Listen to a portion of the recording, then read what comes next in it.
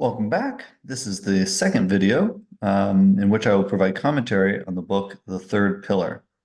In this video, I will kind of summarize or discuss how the balance between the three pillars kind of evolve across time and use that as a way of kind of illustrating the way that the pillars exist within particular tension with each other and how changes in circumstances can shift the balance between the pillars. This will um, this will really kind of be a summary of that first part. So part one from the book. All right, so again, third pillar, how markets and the state leave the community behind. Okay, so an important insight that Dr. Rajan kind of points out in his book is that at any given time, the three pillars exist in some equilibrium. When I say equilibrium, what I mean is they balance each other out to a certain extent. Right? There's some kind of state in which I'll just use the term, there's some equilibrium that describes how much influence in society that each pillar has over the life of the people in that society. All right, that's what describes an equilibrium. Right. And these equilibrium can shift across time in response to changes in that society. So these changes might include technological change, like the introduction of some new technology that shifts the balance between the pillars. It could be through policy changes that shift the balance, cultural changes. There also can be some big shock. So in this lecture, I'll allude to the Black Death as a shock or the Great Depression as a shock that will shift the balance between different pillars. But also it can shift the balance is whether or not a pillar is being kind of successful or is failing to fulfill its role, right? As I mentioned last time, each pillar kind of provides certain goods to society, but each pillar can fail in providing those goods as well. And if a pillar fails in providing one of its goods, that will shift the equilibrium away from it. All right. And that there is also kind of a continual struggle between the pillars, right? So to a certain extent, different pillars are kind of seeking more influence for itself. And then that struggle can lead to ebbs and flows between kind of the relative strength of the different pillars. All right. So this lecture will kind of talk about how some of these changes can lead to shifts in equilibrium across time. Okay, so let's just take a look again at our medieval state or a medieval kingdom, right? The medieval kingdom has a very weak state that is represented by the monarch. It has a very weak market that is represented by the network of exchanges across the manors, across the communities and the towns and between different kingdoms. It has very strong community. Almost everyone lives in a very clear community that we call the medieval manor or the medieval town. And almost all of people's livelihoods are derived from those communities. So the community is very strong, very influential. Okay, so what I'm going to do throughout this lecture is I have kind of a highly stylized bar graph that I'm going to show several times. This isn't based on data. This is entirely a stylized bar graph that I will just use to roughly illustrate how the relative influence or importance of the different pillars change or evolve across time. Okay, so this bar chart stylistically illustrates the idea that in the medieval kingdom, in the equilibrium represented by medieval society, the community was very strong and the state was weak and the market was weak. Okay. And so now kind of discuss roughly the time period from 1350 to let's say 1600. So there's changes across time, very roughly. Again, this is very stylized history. Um, so roughly from the end of the High Middle Ages up through the 1600s. All right, so there were changes across time that led to a redistribution of influence within society or of influence in the lives of people away from the community and towards the state and the market. Now, as I mentioned before, certain factors lead to changes in this equilibrium. All right, so in the book, Dr. Rajan talks about a couple of factors that led to these shifts. So one was technological. So, for example, the introduction of gunpowder, and with it, the weapons derived from gunpowder, so you could think cannons or guns, made it necessary for the state to field larger armies. And it also made it harder for individual manors or fiefdoms to defend themselves. So, for example, in the Middle Ages, as long as a town or a manor could build a castle or a wall, they could pretty well defend themselves. But once gunpowder came along and armies started to use cannons, um, a wall or a castle wasn't good enough to provide for the defense.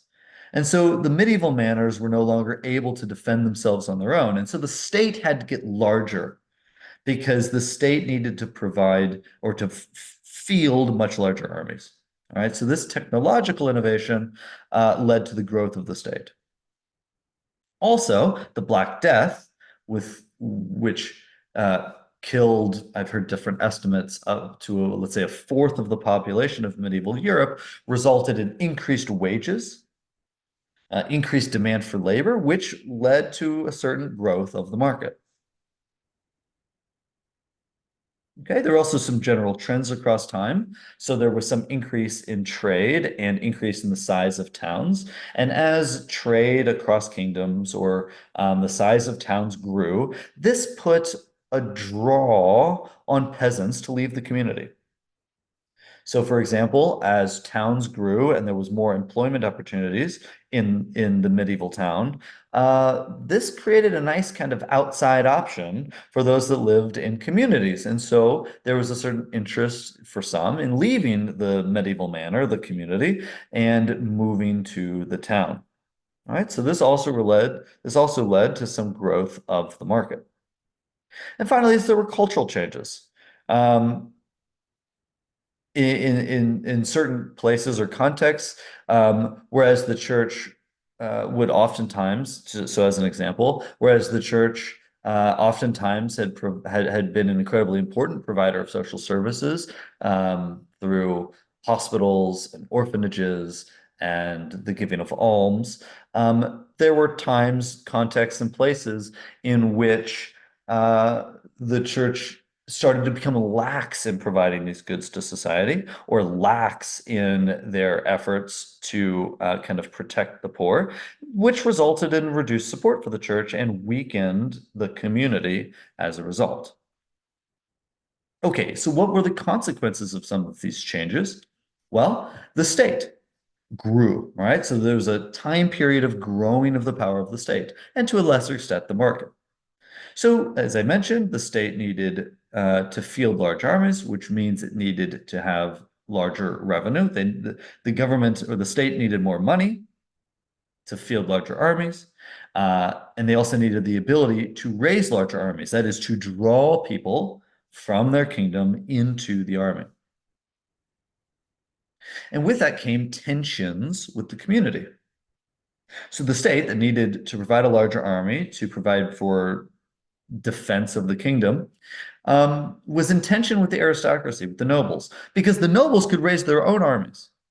And the aristocracy, the nobles, had the loyalty of their peasants. And so there was a tension. The state needed the aristocracy or these medieval manors to be weaker so that it could establish a monopoly on force, so that it could raise larger armies, so that it could draw people away from the manor into armies. But of course, it was hard to tax the aristocracy. If the aristocracy could raise their own armies, it's very difficult for the state to tax the um, the aristocracy. Okay. Um, Also, there was tension in tension between the state and the community because the state kind of had tension with the church. So, for example, the church owned a lot of land, but it wasn't taxed. And finally, there was tension with the community because, as I mentioned before, the community was not economically efficient. And so the government, the state, took particular actions. So we could call these policy actions, you could say, in which in some places at different times and to different extents, the state would seize land from the church and sell it off to raise revenue, right? So the church couldn't defend its land, at least not with military power. The church could defend its land only insofar as it had kind of the social clout to do so.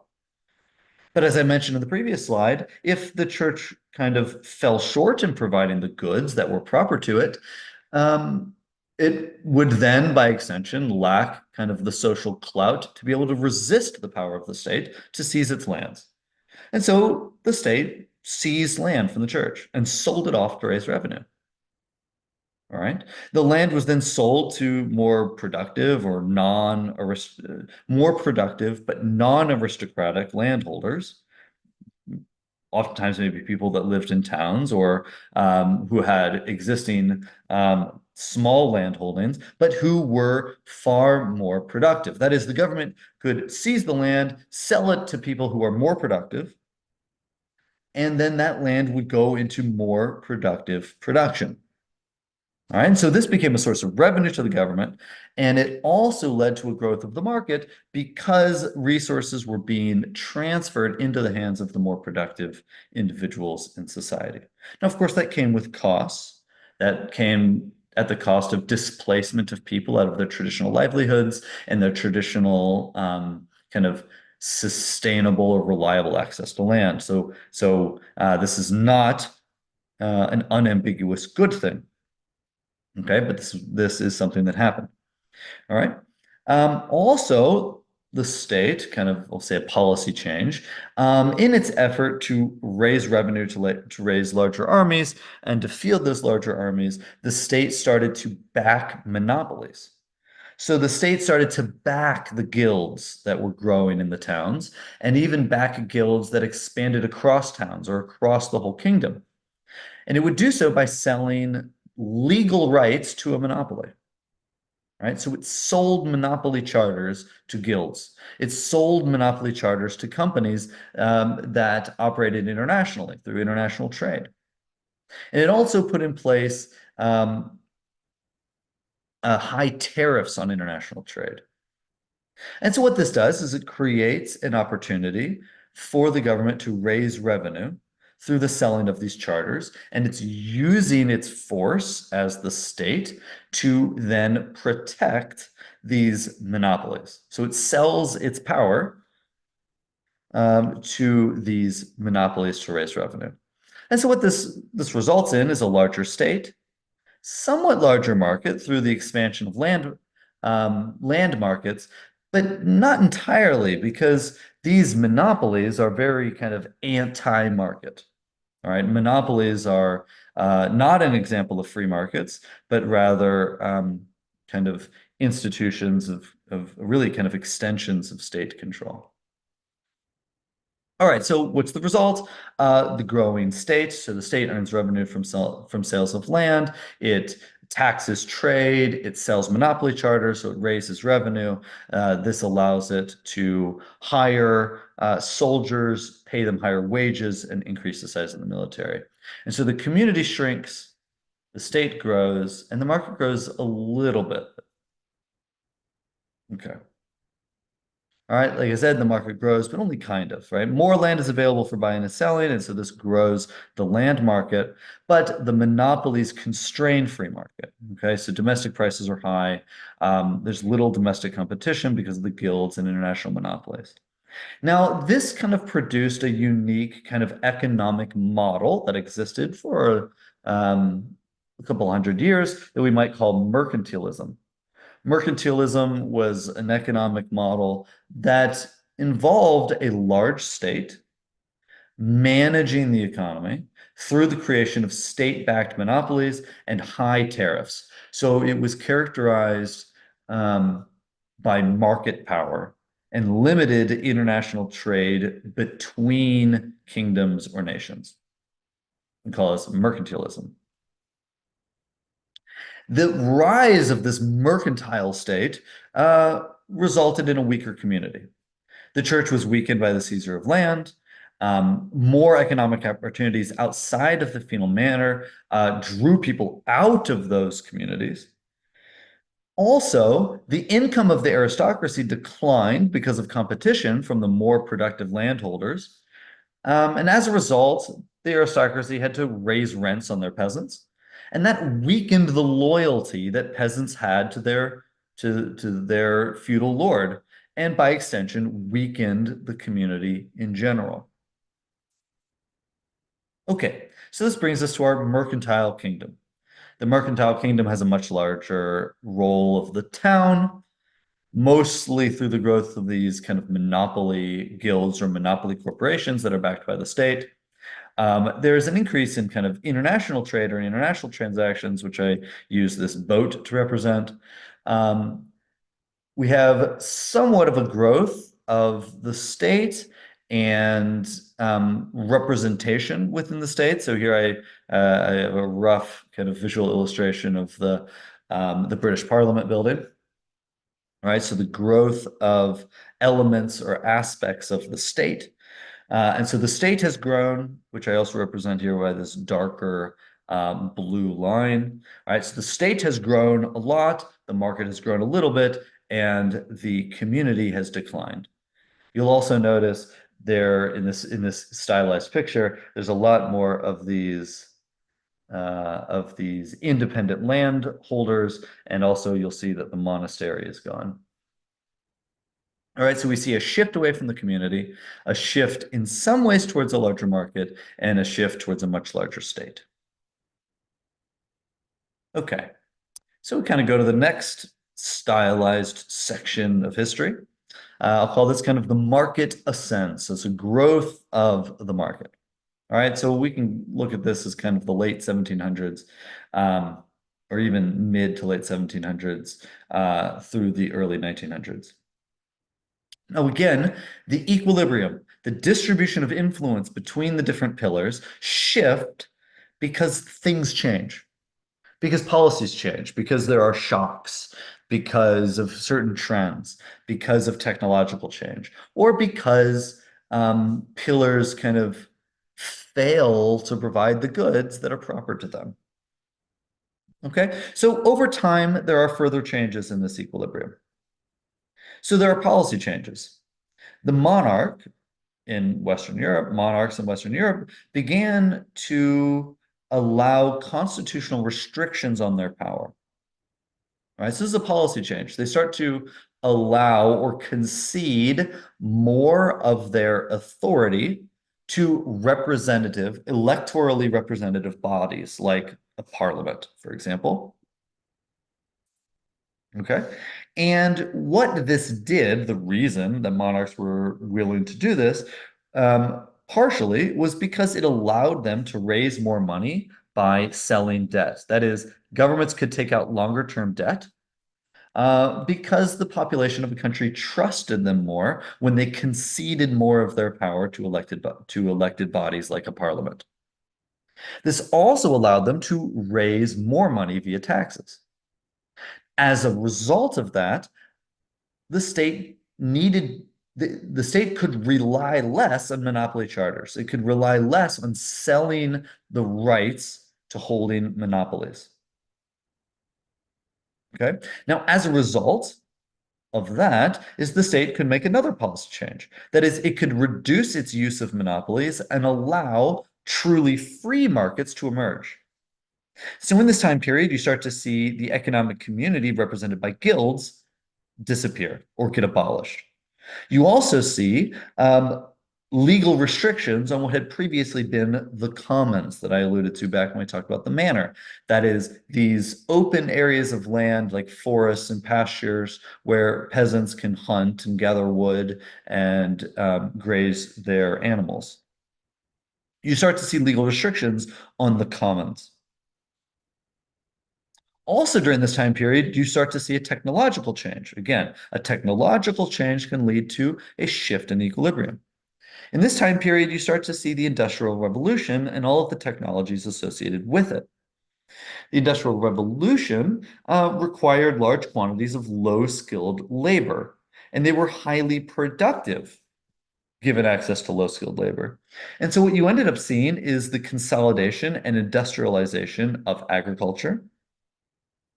And because the guilds were abolished, because there were legal restrictions to the commons, because the medieval manor was already deteriorating for reasons that I mentioned last time, um, there was a shift of population away from the medieval communities, these medieval manors, towards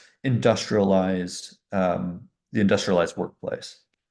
You also see a cultural shift. You start to see kind of shifting moral values. Whereas once greed was seen as a clear moral evil, you start to see people, to different extents, kind of embrace greed um, as a good thing, as a way to promote economic growth. You also see the emergence of kind of an ideology of survival of the fittest. And so with that, you see growing skepticism of inefficiency, as well as growing skepticism over concern for the poor. So whereas in the medieval era, there was a clear kind of moral framework that dictated that the relatively powerful had obligations to the relatively powerless. We saw that in the medieval manner. What we see in this time period is that there's kind of a cultural change that relaxed the idea that the relatively powerful had any obligations to the relatively powerless. And so we see policy changes, we see technological changes, and we see cultural changes that result in a great increase in the influence of the market,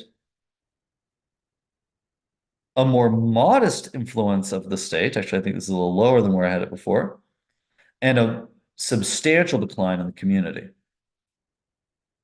Right. Okay. So the community is weakened by this.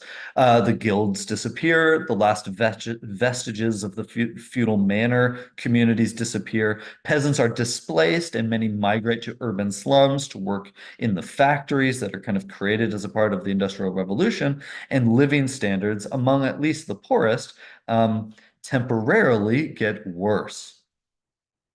And so we see during this time period a great weakening of the community pillar and the ascension of the market pillar um, in kind of the equilibrium of influence between the pillars.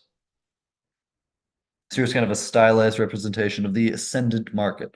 So you'll see here a lot more kind of consolidation of land. There are fewer kind of households living in rural areas, consolidation of land. The manor communities are much smaller. You can see I've erased all of the commons.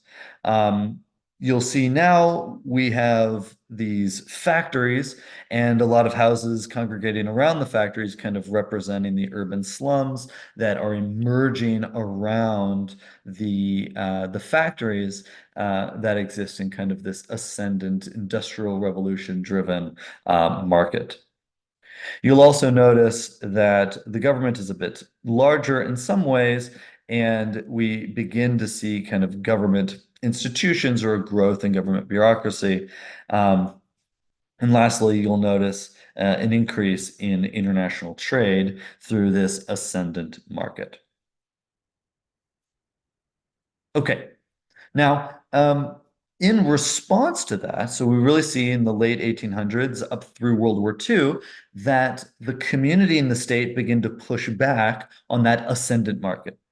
So for a period of time, the market was dominant. And then you begin to see the community and the state push back on that ascendant market through, let's say, the late 1800s up through World War II. Okay, as I mentioned before, when there are shifts in the equilibrium between the different pillars, they emerge for reasons.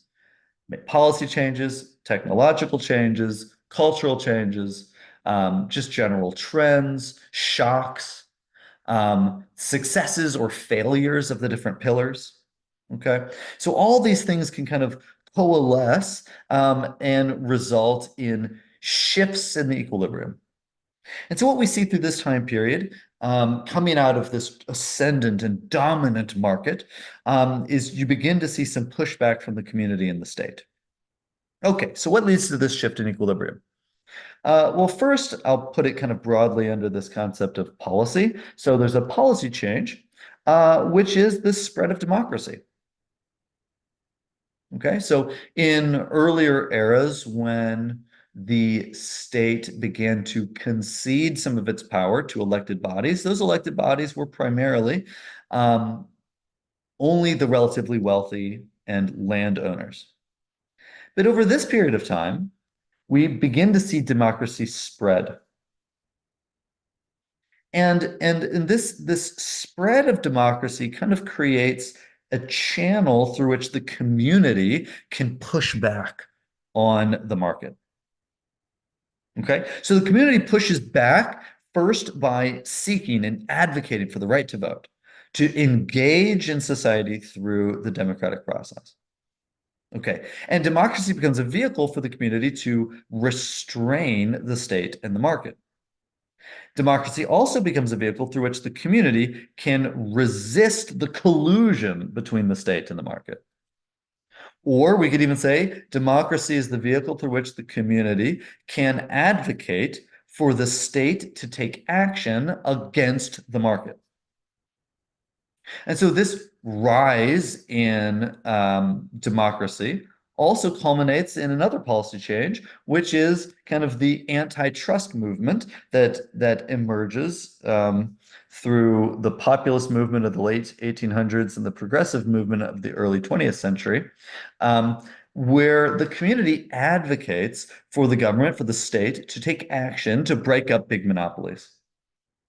So what we see kind of during the era of the ascendant market is that these market institutions, large companies, use their increased power to actually restrict the market, that is, restrict competition. And the community during this era begins to push back on that process and use their democratic representation to advocate for the state to break up or fight back against monopolies. All right, so it's also a policy change in this time period. There's also a shock in this time period, the Great Depression. There were other economic downturns previously, and these shocks would turn public opinion against the market, which would create a context in which the community could advocate effectively for the state to constrain the market. Okay. Also in this period, perhaps largely because of shocks like the Great Depression, there were policy changes, still further policy changes. So, for example, the community could advocate for state protection of labor or for funding of community schools or the advent of social welfare programs, for example, the Social Security Act of 1935.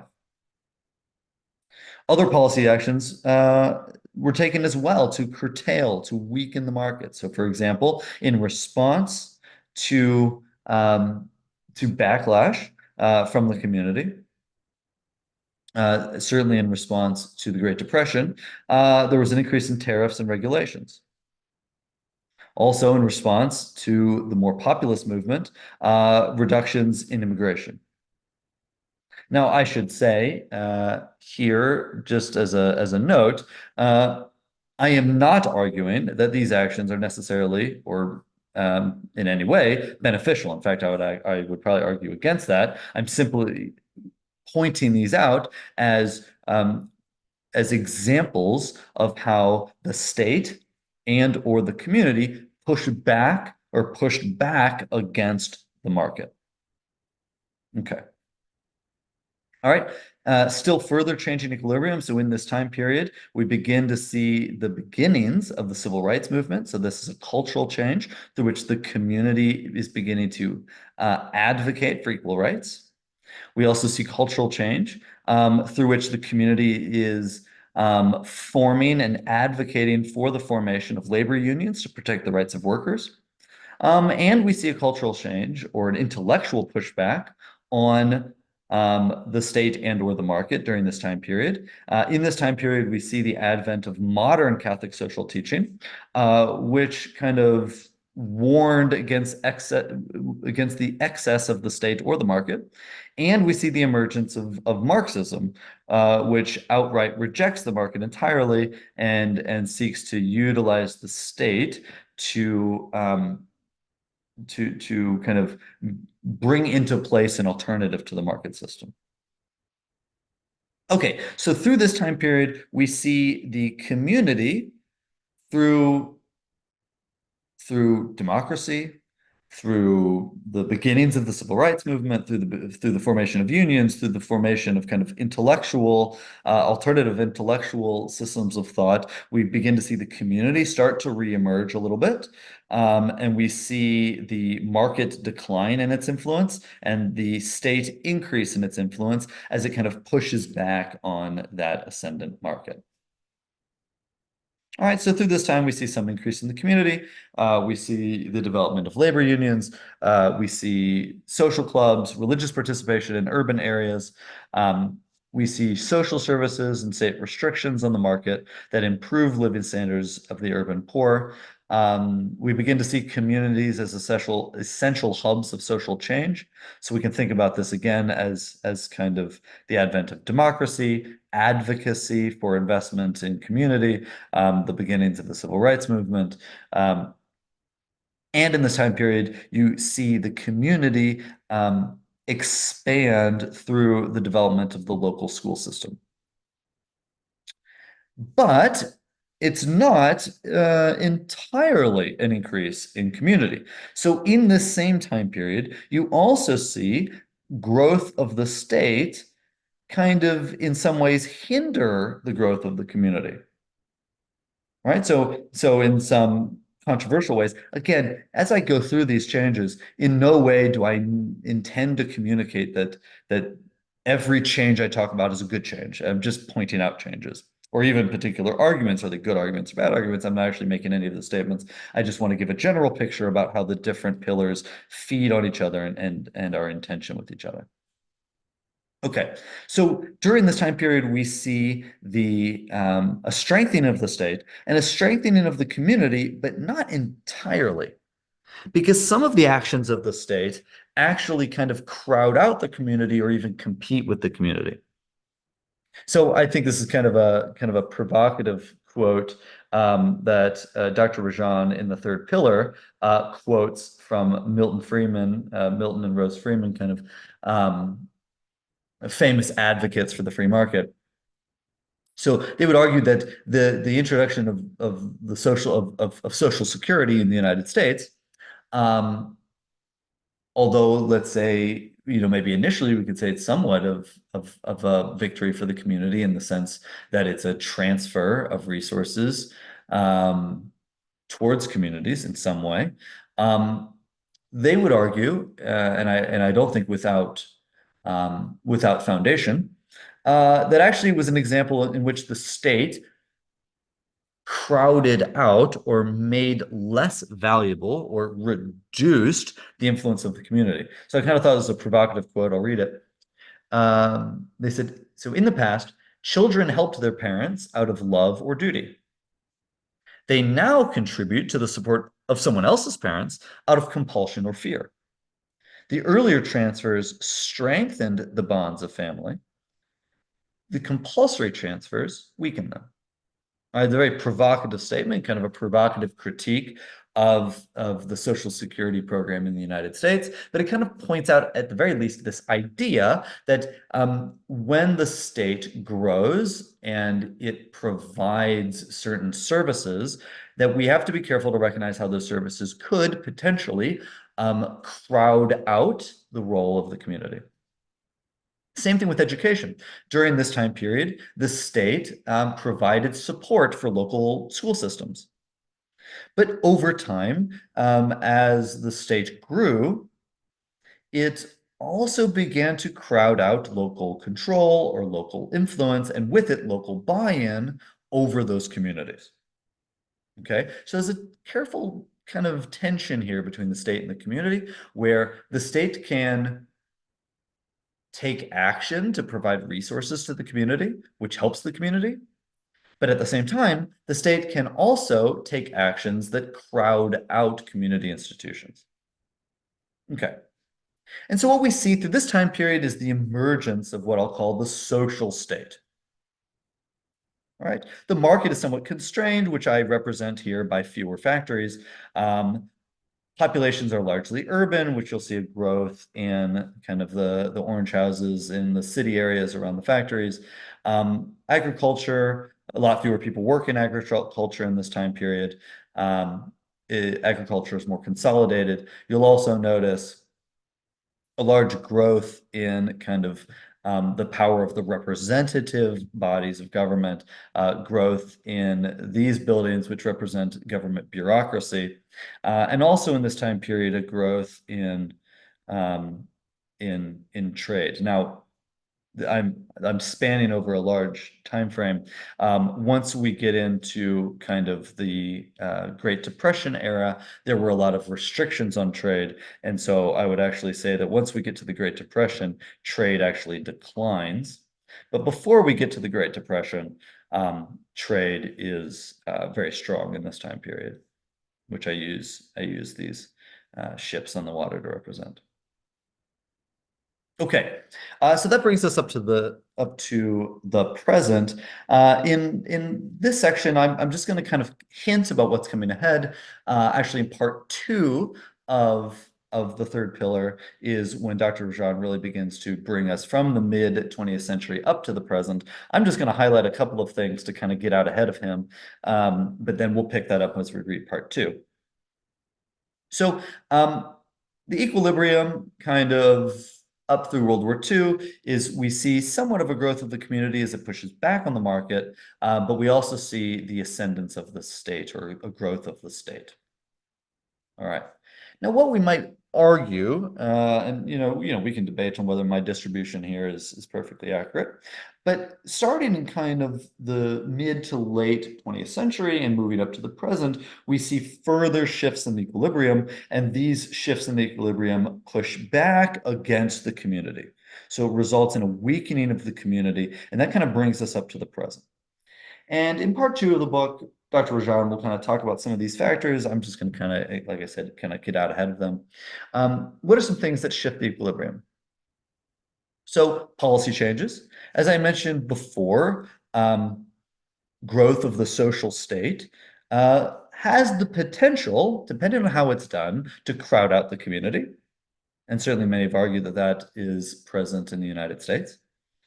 Globalization, so an increase in global trade, results to some extent in the decline of the manufacturing sector, the mobility of labor, right? So the need to move across large distances or the potential for outsourcing labor outside of a particular country.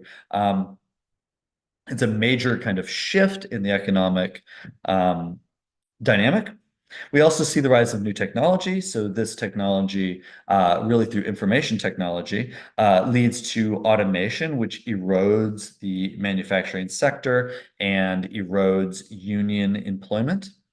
Also, the increase in kind of information technology increases the returns to education. By that I mean getting higher education becomes more valuable. And as a result, more people need to get university education to kind of achieve higher incomes. And what that does is it increases the need for geographic mobility. All of a sudden, when you graduate high school, all of a sudden you need to move away to another city and go to college to get a degree in order to remain competitive in this kind of new information-based economy. Okay, so that's a major technological change. Another technological change This one, a clear negative, is the rise of drug epidemics that you really see in the late 20th century and the 21st century. Um, and this grows because it becomes more poignant because of economic displacement, right? And it erodes families and community cohesion. We see policy changes, really kind of a response to drug epidemics, but really strict crime enforcement, which can erode families and community cohesion. And we also see cultural changes, so the decline of religion as well as other social institutions. And this kind of results in part due to a decline of religious faith as well as to an increased need for labor mobility. As people need to move from city to city throughout their career, they graduate high school, they move to a different city to go to college. They graduate from college, they move to a different city for a job, and then they move to another different city for another job. This increased labor mobility begins to break down social institutions and even contributes to the decline of one important social institution, which is religious institutions. And so all of these factors, these policy changes, technology, cultural changes, lead to a sharp decline in the community and the ascendant power of the state and the market. We can begin to see here the makings of Dr. Rajan's main point, and that is that the state and the market, especially today, are very strong and they leave the community behind. And I think this graph, although it's again entirely stylistic, kind of represents this idea that the state and the market are leaving the community behind. Now, this has particular manifestations. I'll just go through a couple and we'll talk about them more in the course. But this idea that the communities in retreat can just kind of be represented by a few kind of factors. We see declining marriage rates. So marriage is essential piece of formation of families, and families are an essential building block of the community. The family is an institution that is a quintessential community institution. It's an institution that is not dominated by market transactions, but rather by relational and customary transactions. It provides for the needs of people outside of the market mechanism. It provides all these goods, and it's in decline. Roughly connected to that, we have an increase in children born outside of wedlock, so outside of stable families. Right? We see the decline of economic community, so reduced union participation, for example. We see a sharp decline in the number of workers that are in unions.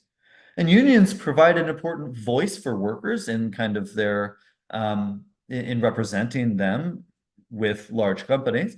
But unions, at least at their best, also provide a source of community, real relational community for people, and they are in decline.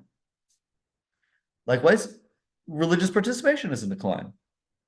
So we see a significant reduction in religious participation in the United States. And of course, religious participation is an important and I would argue an essential aspect of this community pillar, providing non-market, non-state goods. As a byproduct of this, we see increasing isolation. So here, this graph kind of shows the percentage of one-person households. How many people are living alone? And this evolution across time. We see that across the Western world, including the United States, there is a dramatic increase in real human isolation across time. We also see this isolation through the reduction in kind of social engagement. There's a dramatic decline in people attending club meetings, just being a part of a club. These statistics here come from a very famous book called Bowling Alone by Robert Putnam. Bowling Alone. This incredibly important book by Robert Putnam illustrates the decline of social capital in the United States, represented by dramatic reductions in participation in clubs, dramatic reductions in how many people have family dinners, or how much time people spend just hanging out with friends. This reduction in social engagement leads to greater isolation as the community retreats. And this retreating of the community is really a certain symptom of our current day. All right, that's it for today. I will provide some kind of unifying reflections and commentary in the final video of this series. Thank you.